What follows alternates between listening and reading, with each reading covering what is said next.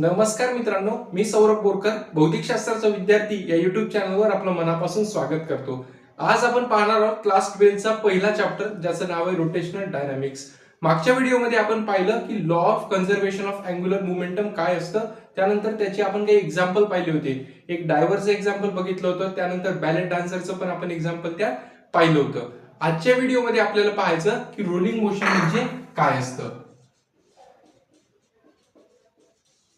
Rolling motion काय असतं, तर सगळ्यात पहिले रोलिंग मोशन समजून घेण्यासाठी आपल्याला रोलिंग मोशन जो ऑब्जेक्ट लागतो तो ऑब्जेक्ट नेहमी कसा असला पाहिजे, सर्क्युलर ऑब्जेक्ट असला पाहिजे. सर्क्युलर ऑब्जेक्ट म्हणजे कसा की आपण रिंग घेऊ शकतो, डिस्क घेऊ शकतो, त्यानंतर आपण काय घेऊ शकतो, स्फिअर, सिलेंडर एक्सेट्रा एक्सेट्रा.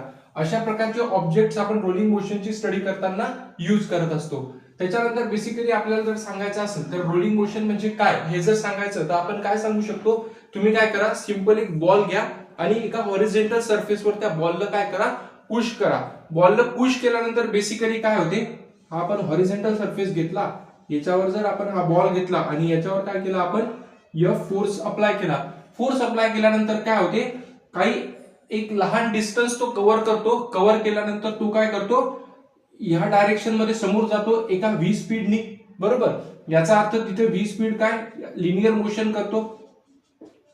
आणि दुसरी गोष्ट, लिनियर मोशन करत असताना तो काय करतो, त्याच्या सेंटर ऑफ मासच्या अबाउट मध्ये काय करतो, रोटेट पण करतो.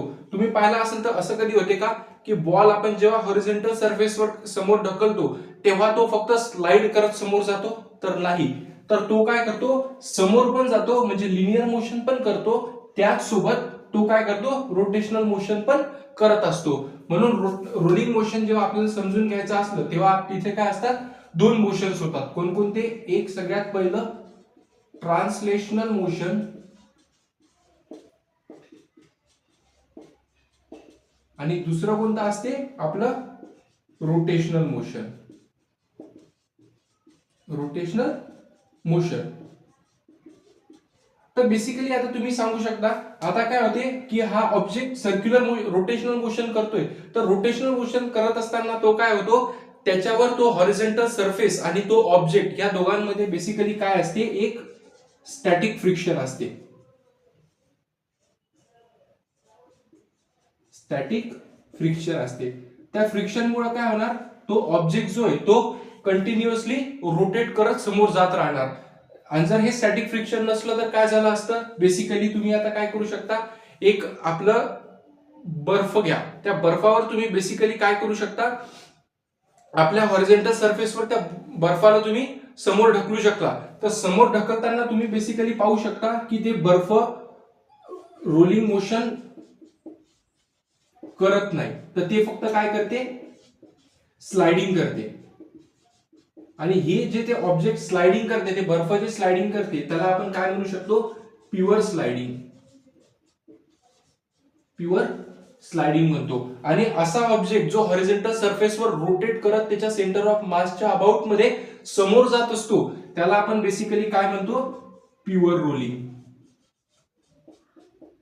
एक काय झालं आपलं प्युअर स्लाइडिंग आणि प्युअर रोलिंग. तर आता त्याच्यानंतर आपण काय बघितलं होतं की सगळ्यात पहिले की रोलिंग मोशन मध्ये ऑब्जेक्ट कसे असतात, सर्क्युलर ऑब्जेक्ट असतात. सर्क्युलर म्हणू शकतो किंवा आपण स्फेरिकल ऑब्जेक्ट पण म्हणू शकतो. सर्क्युलर असू शकतात किंवा स्फेरिकल ऑब्जेक्ट असू शकतात. त्याच्यानंतर आपण काय सांगितलं की रिंग मध्ये पण पाहू शकतो, डिस्क, स्पियर, सिलेंडर, हे सगळे ऑब्जेक्ट्स काय करतात, रोलिंग मोशन करतात. त्यानंतर आपण बघितलं की रोलिंग मोशन करत असताना दोन मोशनचं कंबाईन मोशन आपल्याला पाहायला भेटते. सगळ्यात पहिलं काय असतं, ट्रान्सलेशनल मोशन, आणि नंतर काय होतं, रोटेशनल मोशन. ट्रान्सलेशनल मोशन कसं की एखादा ऑब्जेक्ट हॉरिझॉन्टल सरफेसवर जात असताना समोर पण जातो, सोबतच तो त्याच्या सेंटर ऑफ मासच्या अबाउट मध्ये काय करतो, रोटेट पण करतो. त्याच्यानंतर आपण काय पाहिलं, एक प्युअर रोलिंग म्हणजे काय आणि प्युअर स्लाइडिंग म्हणजे काय असतं. प्युअर स्लाइडिंग मध्ये आपण काय सांगू शकतो, आपण काय घेतलं, बर्फ घेतलं. एक एक्झाम्पल जर याचं घ्यायचं तर आपण काय घेऊ शकतो, आईस. त्याच्यानंतर आपण काय घेऊ शकतो, बॉक्स. एक वुडन बॉक्स पण जर समजा आपण घेतला तर वुडन बॉक्स पण काय होतो, वुडन बॉक्सला जरी तुम्ही ढकललं तर वुडन बॉक्स काय होतो, त्याच्यात लिनियर मोशन होते, पण त्याचं तिथे त्या स्वतःच्या सेंटर ऑफ मास सोबत रोटेट करतं का, तर नाही. तर त्याच्यामुळे बेसिकली काय होते, इथं फक्त लिनियर मोशन होते, बरोबर, वुडन बॉक्समध्ये. हे जे याला बेसिकली आपण काय म्हणू शकतो, प्युअर स्लायडिंग. पण प्युअर रोलिंग मध्ये काय म्हणतो, ऑब्जेक्ट समोर पण चालला आणि त्याच्या सेंटर ऑफ मासच्या अबाउट मध्ये रोटेट पण करतोय. समजलं, हे झालं प्युअर स्लायडिंग आणि प्युअर रोलिंग.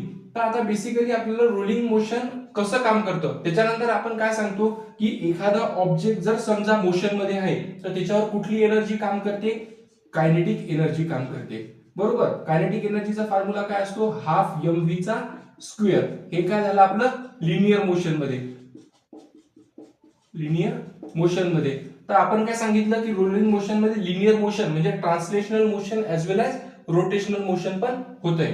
तर रोटेशनल मोशन होत असेल तर हीच kinetic energy in rolling motion काय होणार, हाफ. आपण काय सांगितलं, यम ची जागा आपण जेव्हा लिनियर मोशन पाहतो तेव्हा यम ची जागा रोटेशनल मोशन मध्ये कोण घेते, मुवमेंट ऑफ इनर्शिया, आणि लिनियर व्हेलोसिटीची जागा अँग्युलर व्हेलोसिटी. हे काय झालं आपलं kinetic energy in rolling motion आणि kinetic energy in linear motion. आता याच्या बेसिसवर आपल्याला एखादा ऑब्जेक्ट जर आपण इन्क्लाइन प्लेन वरून खाली सोडला तर तो कशा प्रकारे त्याची व्हेलोसिटी होते, कशा प्रकारे त्याचे ऍक्सेलरेशन असते, त्यानंतर त्याची कायनेटिक एनर्जी कशा प्रकारे आपल्याला पाहायला भेटते, या सगळ्या गोष्टी आपण एक एक करून पाहू. इथपर्यंत लिहून घ्या. तर आता पहा, आपण रोलिंग मोशन मध्ये काय सांगितलं होतं की रोलिंग मोशन मध्ये आपण काय सांगितलं, ऑब्जेक्ट कसे असले पाहिजे, सर्क्युलर किंवा स्फेरिकल ऑब्जेक्ट असले पाहिजे. का, तर आपण जर समजा एक वुडन बॉक्स घेतला तर वुडन बॉक्स मध्ये तुम्ही पाहू शकता की याची जे सेंटर ऑफ मास मधून जाणारी जी एक्सिस आहे आणि त्याच्या अवतीभोवती जो हा ऑब्जेक्ट रोटेट करतोय, त्या ऑब्जेक्टच्या एक्सिस ऑफ रोटेशन पासून प्रत्येक पार्टिकलचं डिस्टन्स सेम राहणार का, तर नाही. या पार्टिकलचं डिस्टन्स जास्त राहणार, या पार्टिकलचं समजा डिस्टन्स इक्वल राहील, पण त्याचा प्रत्येक पार्टिकलचं डिस्टन्स इक्वल राहील का, तर नाही. तर सगळ्यात पहिली कंडिशन काय की त्याचं मास काय झालं पाहिजे, इक्वली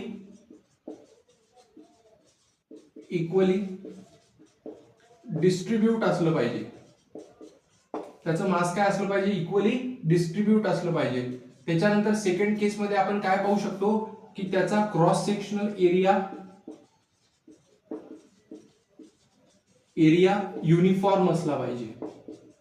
त्याचा जो क्रॉस सेक्शनल एरिया आहे तो काय असला पाहिजे, युनिफॉर्म असला पाहिजे. आता तुम्ही एक गोष्ट पाहू शकता, आपण एक रिंग घेतली, त्यानंतर आपण डिस्क घेतली होती, तर त्याच्या सेंटर ऑफ मास जिथून एक्सिस ऑफ रोटेशन आपण त्याच्या अबाउट मध्ये रोटेशन बघितलं, तर तिथून काय होतं, तर प्रत्येक पार्टिकलचं जे डिस्टन्स होतं ते डिस्टन्स काय होतं, इक्वल डिस्टन्स होतं, बरोबर.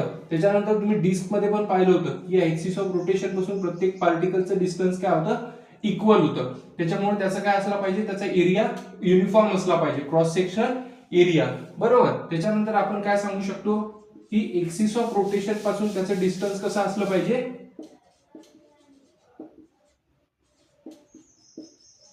एक्सिस ऑफ रोटेशन पासून त्याचं डिस्टन्स इक्वल असलं पाहिजे, इक्वल असलं पाहिजे.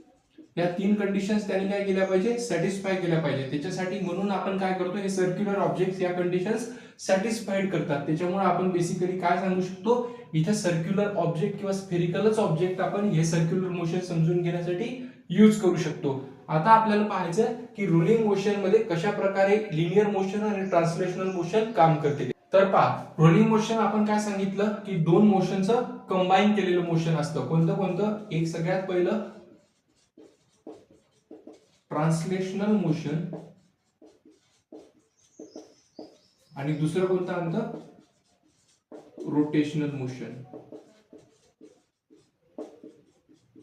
तर आता आपण काय पाहिलं होतं की दोन ह्या मोशनचं कंबाईन केल्यानंतर आपल्याला कोणतं मोशन भेटते, रोलिंग मोशन भेटते. त्याच्यानंतर आपण काय पाहिलं होतं, एक ऑब्जेक्ट घेतला होता जो व्ही व्हेलोसिटीने समोर जात होता. आपण सांगितलं होतं की एखादा ऑब्जेक्ट जर मोशन मध्ये असेल तर त्याच्यावर कुठली एनर्जी असते, कायनेटिक एनर्जी असते. तर आपण काय सांगू शकतो, सगळ्यात पहिले कायनेटिक एनर्जी आहे ट्रान्सलेशनल मोशनची. त्यानंतर आपण काय सांगू शकतो, ट्रान्सलेशनल एनर्जी आपल्या कायनेटिक एनर्जी रोटेशनल मोशन. तर काय लिहू शकतो आपण, kinetic energy in translational motion plus kinetic energy in rotational motion. या दोन एनर्जीजचं कंबाईन केल्यानंतर आपल्याला काय भेटते, त्या ऑब्जेक्टची टोटल एनर्जी भेटते. तर आता सिम्पली आपण काय सांगू शकतो की kinetic energy in translational motion, आपण काय सांगतो की एखादा ऑब्जेक्ट जर लिनियर मोशन मध्ये व्ही व्हेलोसिटीने समोर चालला तर त्याच्यावर कायनेटिक एनर्जी काय असते, हाफ एम व्ही चा स्क्वेअर प्लस एखादा ऑब्जेक्ट जर रोटेशनल मोशन करत असेल तर त्याची कायनेटिक एनर्जी काय असते, हाफ आय ओमेगाचा स्क्वेअर. तर आता बेसिकली तुम्ही सांगू शकता, आपण रोटेशनल मोशन मध्ये एक अजून गोष्ट शिकली होती ज्याला आपण काय म्हणतो, radius of gyration. Radius of gyration जर तुम्ही बघितला नसेल तर मागचा व्हिडिओ तुम्ही पाहून घ्या. तर मागच्या व्हिडिओमध्ये आपण रेडियस ऑफ गायरेशन मध्ये काय केलेलं आहे, सरळ सिंपल काय करा, भौतिकशास्त्राचा विद्यार्थी रेडियस ऑफ गायरेशन म्हणून नाव टाका, तो व्हिडिओ तुम्ही पाहू शकता. तर रेडियस ऑफ गायरेशन आपण काय सांगितलं होतं की बेसिकली आपण डिनोट कशाने करतो, के नी, आणि त्याचा फॉर्म्युला काय असतो, I is equal to m के चा स्क्वेअर. म्हणजे एक्सिस ऑफ रोटेशन पासून एखाद्या पर्टिक्युलर पॉइंटवर मास किती लांब पर्यंत डिस्ट्रीब्यूट झालेलं आहे त्याला आपण काय म्हणतो, रेडियस ऑफ गायरेशन. तर बेसिकली आता आपण काय करू शकतो, ही आय ची जी टर्म आहे ही अबाउट रेडियस ऑफ गायरेशन ही काय करू शकतो, या मोमेंट ऑफ इनर्शिया मध्ये पुट करू शकतो. तर पहा काय येते, हाफ एम व्ही चा स्क्वेअर प्लस हाफ आय ची व्हॅल्यू एम के चा स्क्वेअर इंटू ओमेगाचा स्क्वेअर. तर आपण काय बघितलं होतं, एक लिनियर व्हेलोसिटी आणि अँग्युलर व्हेलोसिटी या दोघांचं आपण काय पाहिलं होतं, एक रिलेशन बघितलं होतं. ते काय असते, v is equal to omega cross r. ओमेगालाच आपण कसं लिहू शकतो, व्ही अपॉन आर. तर सिम्पली काय लिहू शकतो इथं आपण, हाफ एम व्ही चा square plus half m k square in bracket v square upon R चा स्क्वेअर. आता काय लिहिता येते आपल्याला, हाफ एम व्ही चा square plus half M V चा square k square upon R चा स्क्वेअर. इथपर्यंत आलं. तर आता तुम्ही पाहू शकता हाफ एम व्ही स्क्वेअर आणि हाफ एम व्ही स्क्वेअर ह्या दोन काय कॉमन टर्म्स येतात, ह्या काय करू शकतो आपण, कॉमन काढू शकतो. तर काय लिहू शकतो आपण, हाफ एम व्ही चा square in bracket 1 plus K square upon R square. ही काय झाली आपली, त्या रोलिंग मोशन करणारा जो ऑब्जेक्ट आहे त्याची टोटल एनर्जी झाली. बरोबर. आता ह्या टोटल एनर्जीच्या बेसिसवर आपण काय करू शकतो, त्या ऑब्जेक्टची स्पीड किती आहे, त्याच्यानंतर त्या ऑब्जेक्टचं खाली येतानाचं ऍक्सेलरेशन किती आहे हे पण आपण काय करू शकतो, फाइंड करू शकतो. तर इथपर्यंत लिहून घ्या. त्याच्यानंतर आपण काय करू, एक डायग्राम पाहू आणि त्या डायग्रामच्या बेसिसवर त्या ऑब्जेक्टची स्पीड पाहू, त्याचं ऍक्सेलरेशन पाहू. तर पहा आता आपण काय करायचं, सिम्पली एक इन्क्लाइन प्लेन घ्यायचा. इन्क्लाइन प्लेन घेतला जो की हॉरिझॉन्टल सरफेस पासून त्याचा अँगल थीटा आहे. त्याच्या इन्क्लाइन प्लेनवर आपण काय घेतला, एक ऑब्जेक्ट घेतला ज्याची रेडियस आपण आर घेतली आणि ज्याचं मास किती घेतलं, एम घेतलं. आणि हॉरिझॉन्टल सरफेस पासून त्या इन्क्लाइन प्लेनची हाईट किती होती, एच होती. बरोबर. आता इनिशियली तो ऑब्जेक्ट काय होता, रेस्टवर होता. इनिशियली ऑब्जेक्ट जर रेस्टवर असेल तर आपण काय सांगू शकतो, त्याची इनिशियल व्हेलोसिटी 0 आहे. त्याच्यानंतर खाली येताना काय होणार, आता तुम्ही एक गोष्ट पहा, हा ऑब्जेक्ट काय त्याच्या मॅक्झिमम हाईटवर आहे. तर आता आपण काय सांगितलं की पोटेन्शियल एनर्जीचा बेसिक फॉर्म्युला काय असतो, एम जी इंटू एच. याचा अर्थ पोटेन्शियल एनर्जी कशावर डिपेंड करते, हाईटवर. म्हणजे आपण बेसिकली सांगू शकतो की जेवढी जास्त हाईट तेवढी जास्त काय असते, पोटेन्शियल एनर्जी असते. तर आता याची इथे या मॅक्झिमम हाईटवर काय, मॅक्झिमम पोटेन्शियल एनर्जी राहील. पण काय केलं आपण, जर समजा याला खाली सोडलं या ऑब्जेक्टला, तर खाली सोडल्यानंतर याची पोटेन्शियल एनर्जी काय होणार, कायनेटिक एनर्जी मध्ये कन्वर्ट होत जाणार. कारण त्याची इनिशियल व्हेलोसिटी 0 होती. खाली जसा तो मोशन मध्ये येणार तशी त्याची स्पीड वाढणार.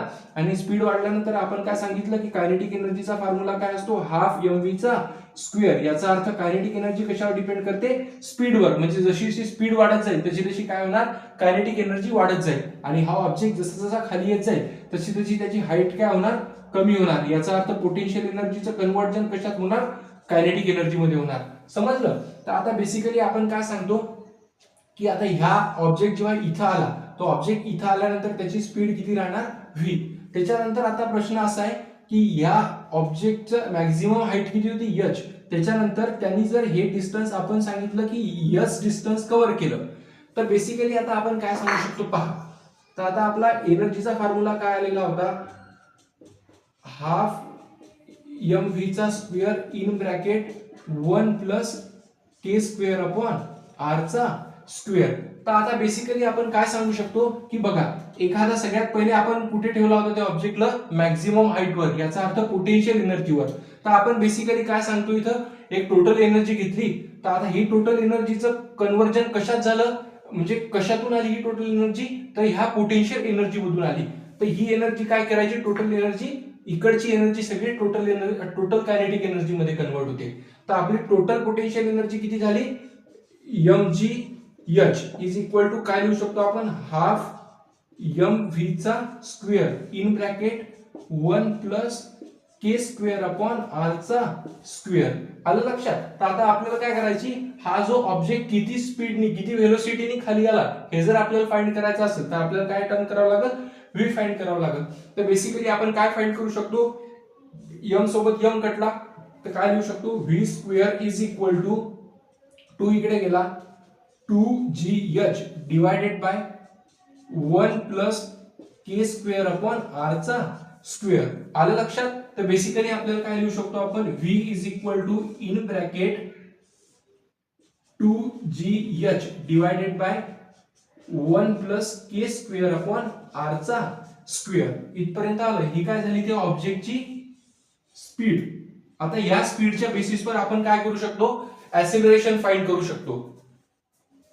तर आता ऍसिलरेशन फाइंड करण्यासाठी तुम्ही कायनेमॅटिकल इक्वेशन्स बघितली असतील. किती असतात कायनेमॅटिकल इक्वेशन, कमेंट करून मला सांगा.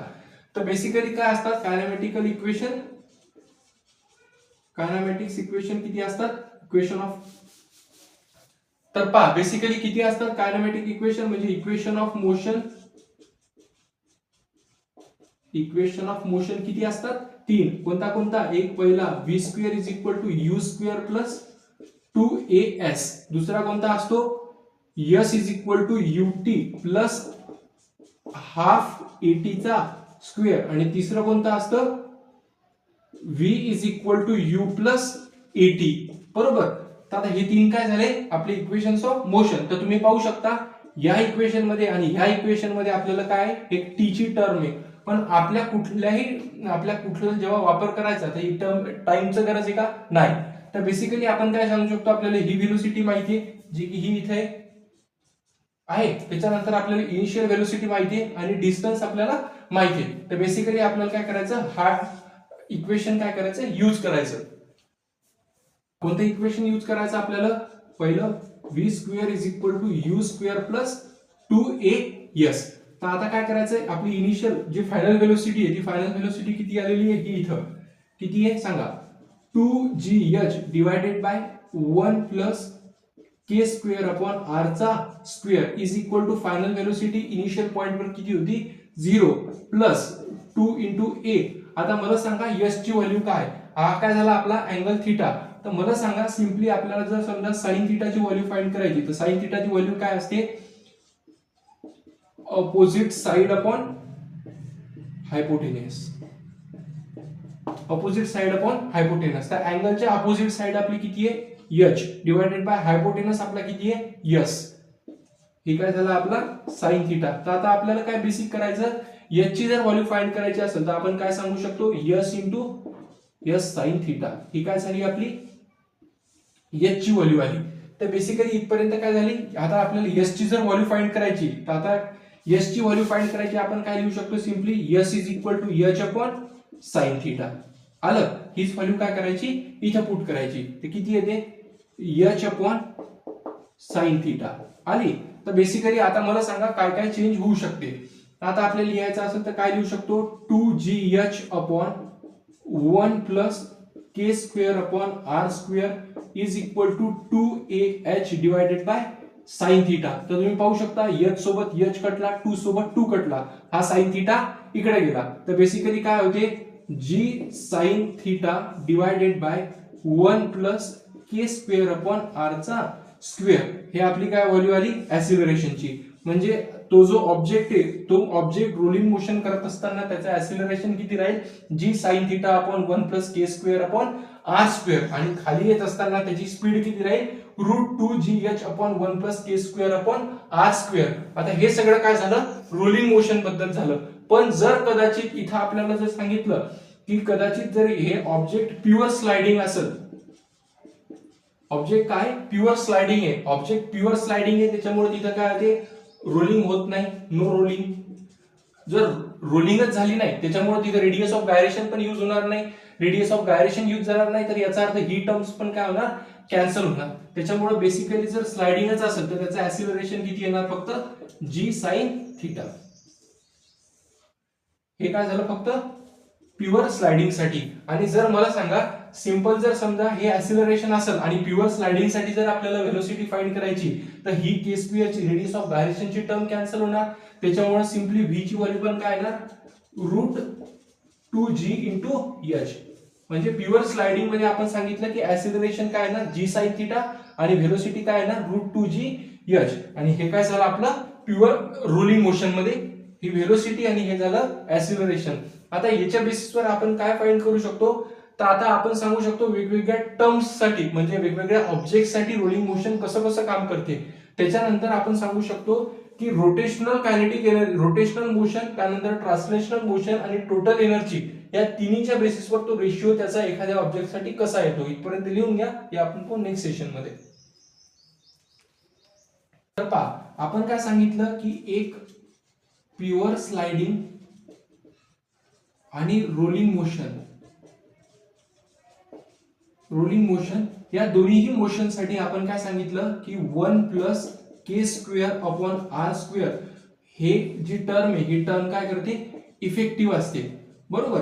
एवढं नेहमी काय करायचं लक्षात ठेवायचं. तर आता बेसिकली आपण काय सांगतो की आपल्याला जर समजा एखाद्या रोलिंग मोशन साठी जर मुवमेंट ऑफ इनर्शिया सांगायचा असला त्या ऑब्जेक्टचा, तर आपण बेसिकली काय सांगू शकतो की एक लक्षात ठेवायचं की तो असतो I is equal to in bracket M R चा स्क्वेअर.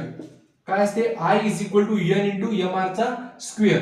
एन काय झाला, एन एक बेसिक नंबर झाला, एक काय झाला आपला तो रेशिओ झाला, रेशिओ. तो रेशिओ कशाचा झाला के स्क्वेअर अपॉन आर स्क्वेअरचा झाला. तर पहा I is equal to N into M R चा स्क्वेअर. तर बेसिकली आपण काय सांगू शकतो की रेडियस ऑफ गायरेशन जर असेल, रेडियस ऑफ गायरेशनचा फॉर्म्युला काय असतो I is equal to m के चा स्क्वेअर. तर ही व्हॅल्यू जर इथं पुट केली तर काय लिहिते एम के चा square is equal to N into M R चा स्क्वेअर.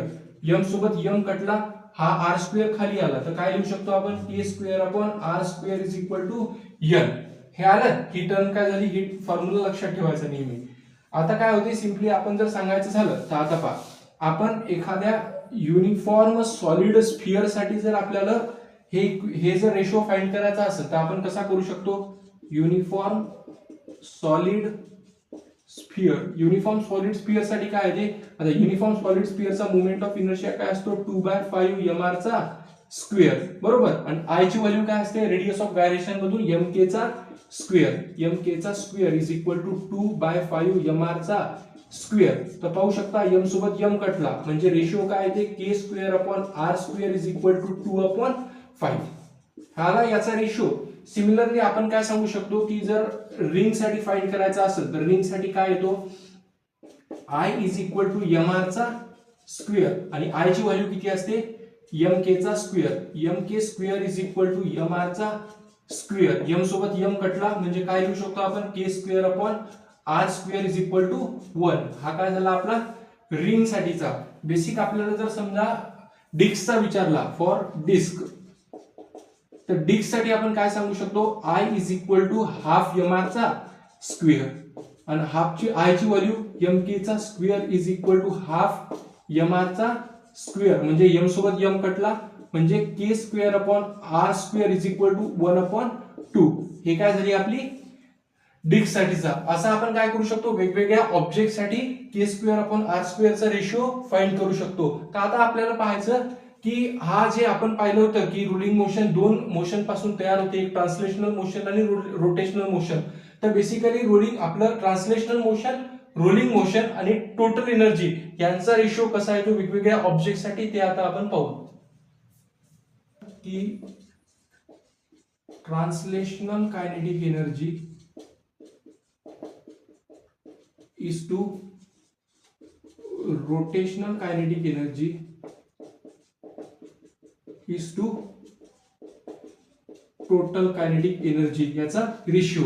तर बेसिकली आपण ट्रान्सलेशनल कायनेटिक एनर्जीचा व्हॅल्यू फॉर्म्युला काय घेतला होता, हाफ mv चा square is to rotational kinetic एनर्जीचा काय घेतला होता, half mv square k square upon r square. आणि टोटल कायनेटिक एनर्जीचा फॉर्म्युला काय घेतला होता, is to half mv square 1 plus k square upon r चा स्क्वेअर. तर बेसिकली काय करायचं, या पूर्ण टर्मला, या पूर्ण रेशिओला काय करायचं, हाफ mv स्क्वेअर ने डिवाइड करायचं. तर पहा, हाफ mv स्क्वेअर ने जर डिवाइड केलं तर काय येते, हाफ mv स्क्वेअर आणि हाफ mv चा स्क्वेअर. तर पाहू शकता हे पूर्ण टर्म कटली, हा mv स्क्वेअर कटला, हाफ mv स्क्वेअर कटला. तर रेशिओ काय येते, 1:2 k square upon r square is to 1 plus k square upon r square.